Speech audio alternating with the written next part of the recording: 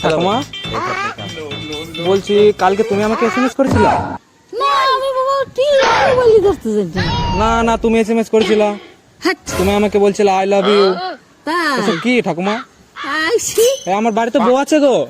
তো তোমার বাড়িতে বস আমার লাগা খোলা মানুষ না তুমি কি তুমি এসএমএস করছো কেন? এই দেখো তোমাকে এসএমএস করেছো কালকে।